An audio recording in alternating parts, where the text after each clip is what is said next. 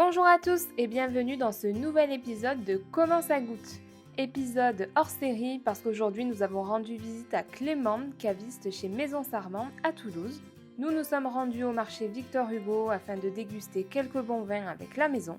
Et petit aparté, mais Clément c'est un camarade de formation mais aussi un très bon copain de Kylian. C'est parti!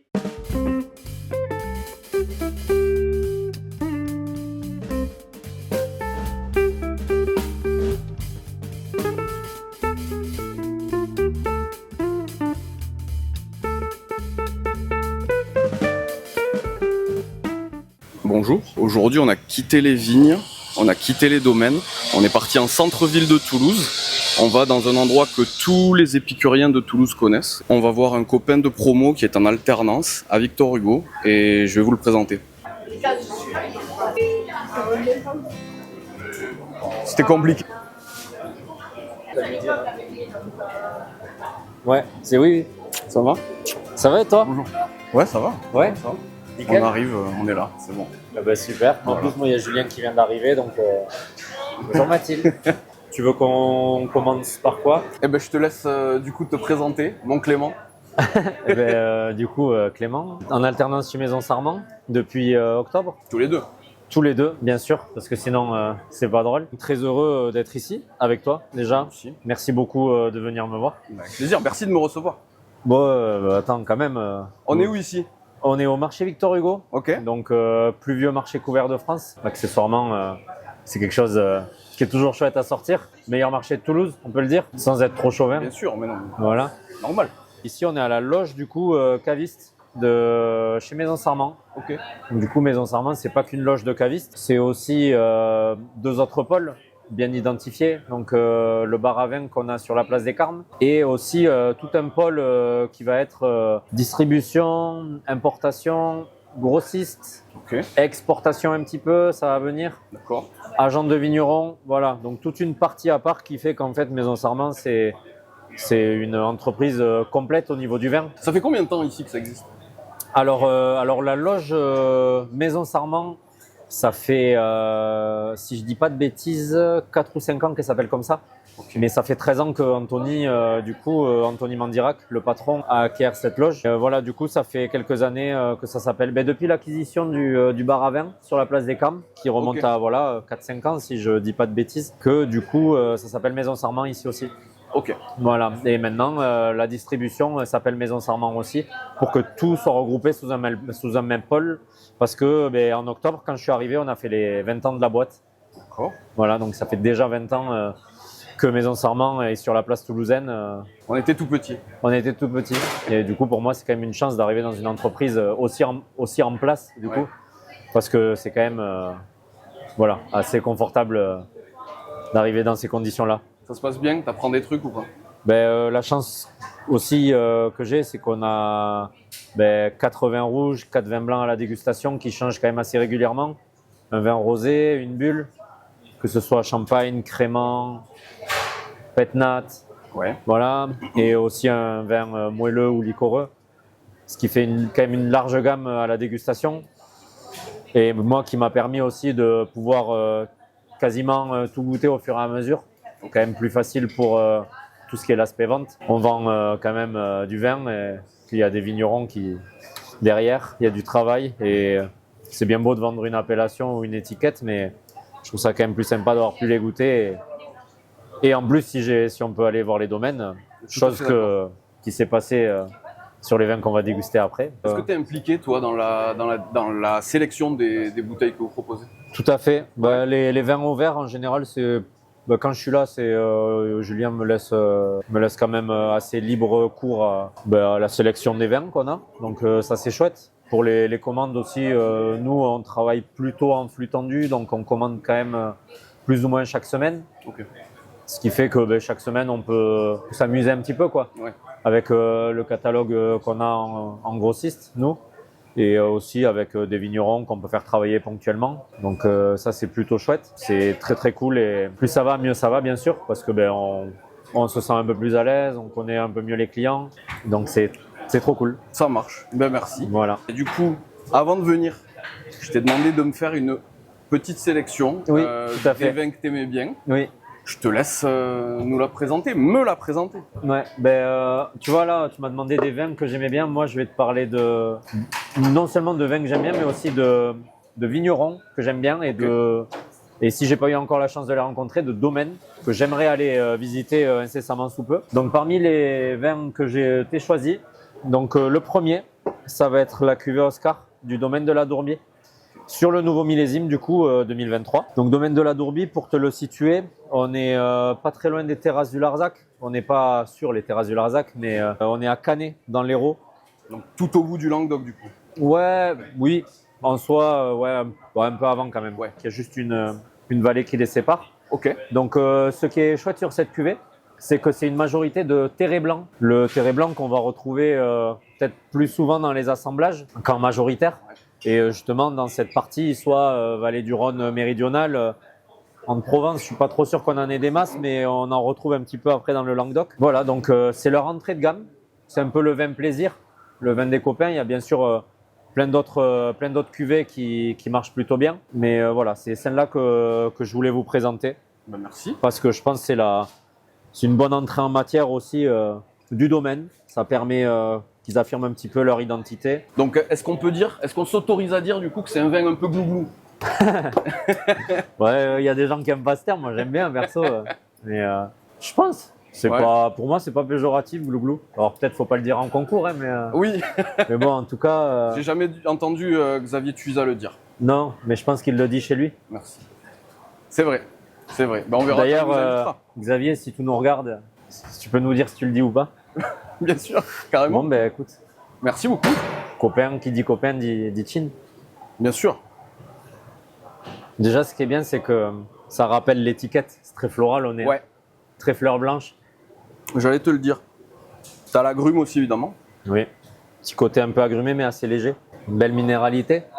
Petite légère perlance. Mais ça, c'est parce que ça a été mis en bouteille il n'y a pas très très longtemps. C'est quand même un jeune millésime. Moi, j'aime bien, ça rapporte de la fraîcheur. J'aime bien. Tu vois, je pensais pas qu'il y allait avoir quand même une petite tension comme ça. Et moi perso, c'est le genre de profil que j'aime bien. C'est vrai qu'il y a beaucoup de tension. Ben, c'est pas lourd du tout. Non, C'est pas lourd du c'est tout. très agréable. Très consensuel aussi, je pense. Ouais. Ouais. Ça plaît au plus grand nombre. C'était un de nos best-sellers l'année dernière. Et c'était pas forcément mon préféré de chez eux. Mais je trouve le millésime 2023 très réussi. J'aime beaucoup ce genre de profil avec de la tension et tout. Ouais. Agrumes, floral. C'est vraiment cool. Bon, ben, félicitations à la Dourbie, du coup.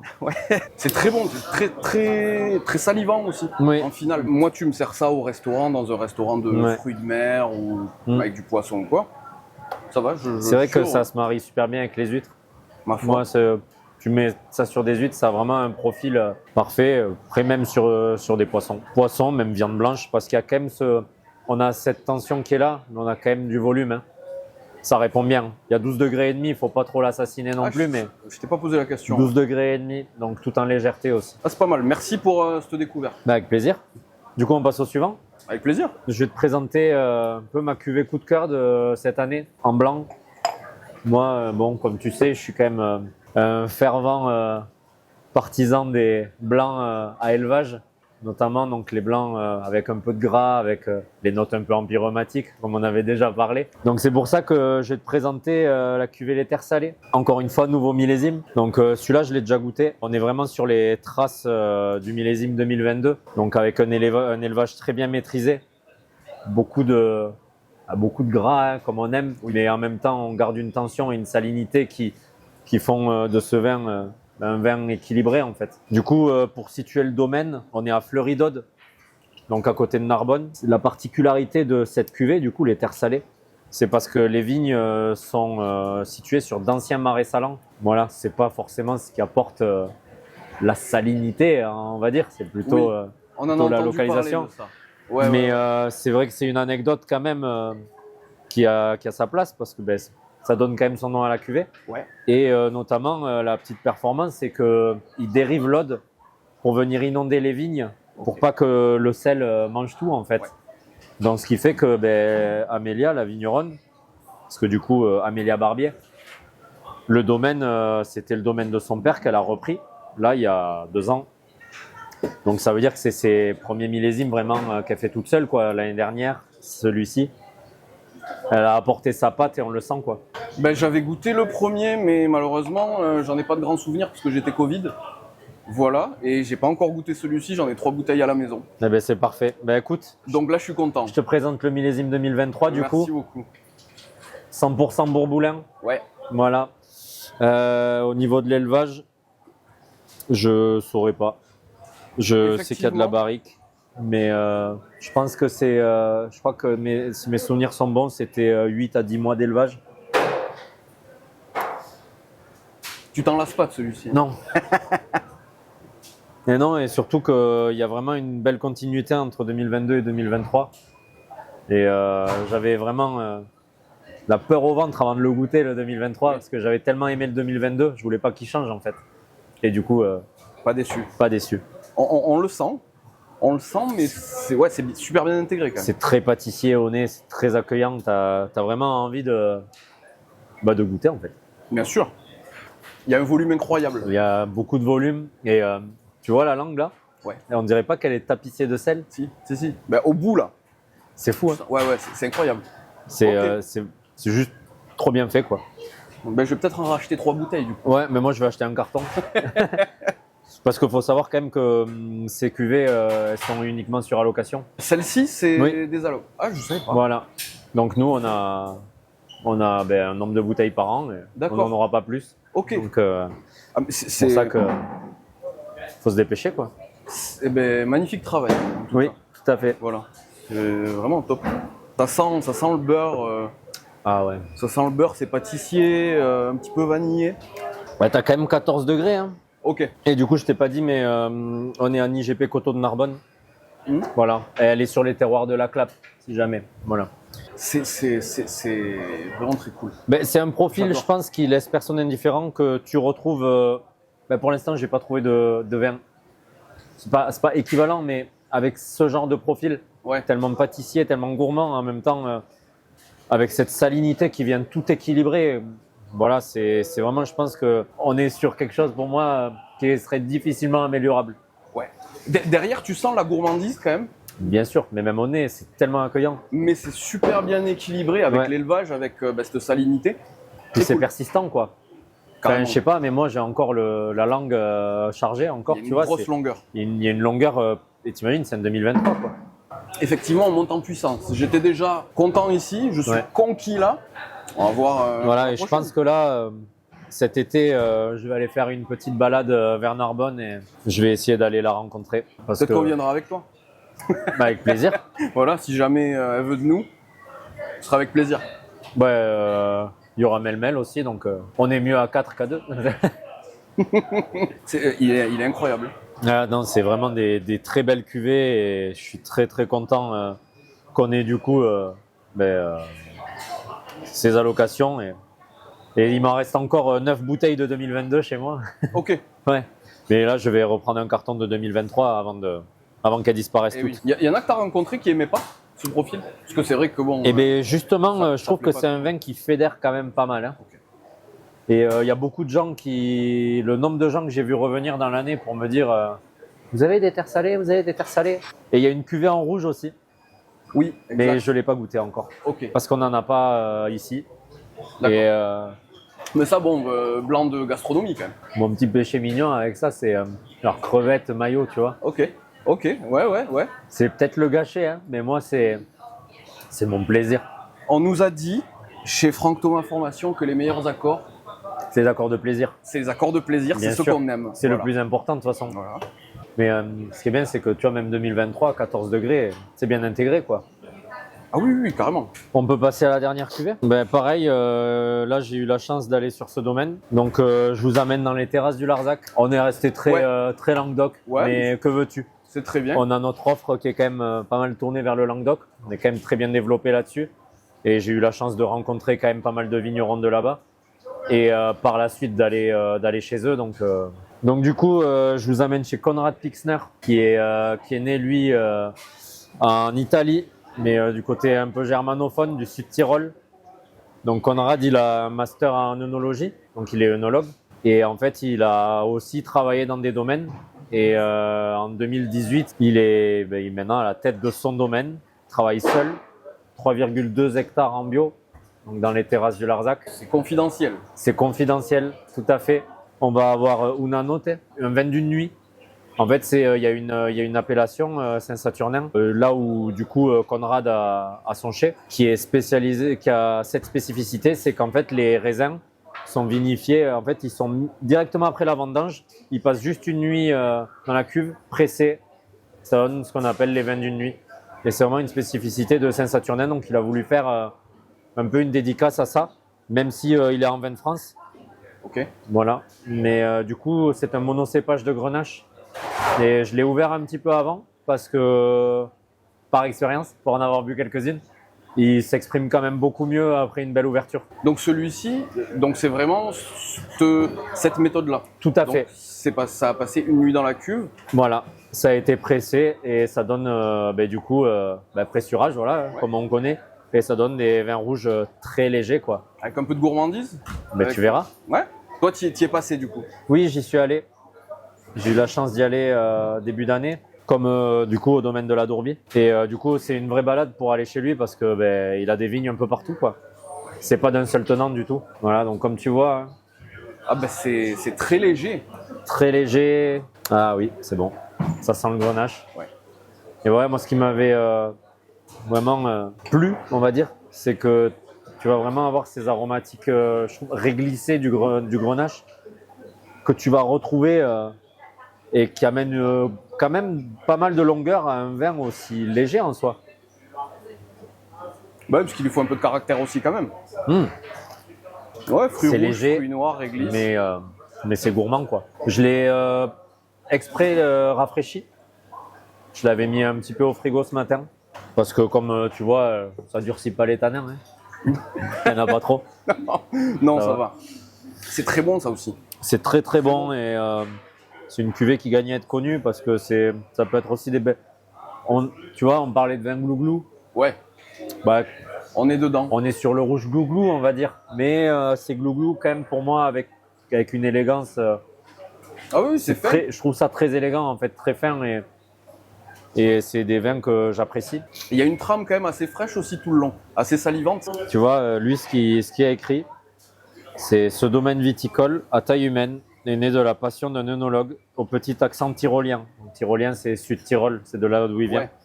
À partir des petites parcelles calcaires et caillouteuses naissent des vins de caractère.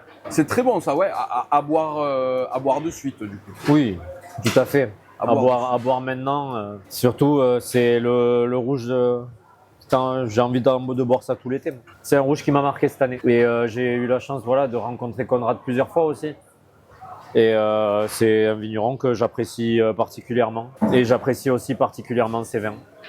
Mais je pense qu'il y a une corrélation avec ça. Ouais. Quand on apprécie les vignerons, les gens qui travaillent au domaine, comme le domaine de la Dourbie, hein. Ils sont plusieurs à travailler bien sûr, mais on a eu tellement de bonnes relations avec eux que t'aimes beaucoup ce qu'ils font, quoi. Mais après, quand tu goûtes ce qu'ils font et que tu les connais, tu comprends un petit peu mieux ce qu'ils ont envie de faire et pourquoi c'est comme ça. Encore une fois, très jolie découverte, un sans faute. Sans faute. Un sans faute, c'est chez Maison Sarment. Voilà. Donc on reviendra. Tu reviendras? Ah ben avec grand Cool. plaisir. Ouais, trop bien. Le dimanche vers 11h30. Voilà. Oui, On est arrive pas trop tard, il y a du monde après. Clément, merci.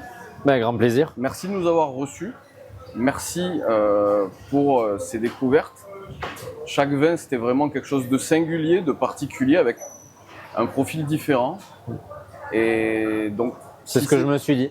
si c'est ce que vous proposez ici, ça donne envie de découvrir un petit peu tout le reste, toute votre sélection. C'est un peu le but du métier, non? C'est Faire pas- découvrir Bien sûr. non pas que des vins, mais aussi des gens et des petites pépites qui se cachent un peu partout. Carrément. Moi, c'était pas la première fois que je venais, évidemment, et je reviendrai. Merci. Promis. Tu fais un bisou alors? Mais oui, on se fait un cool. bisou. Merci. Merci beaucoup. Pas sur la bouche, pas devant Mathilde. Pas devant la caméra non plus. Du coup, il vous attend. Marché Victor Hugo, Maison Sarment. Oh, tu es quelqu'un. Ben oui, mais je vais enlever la veste.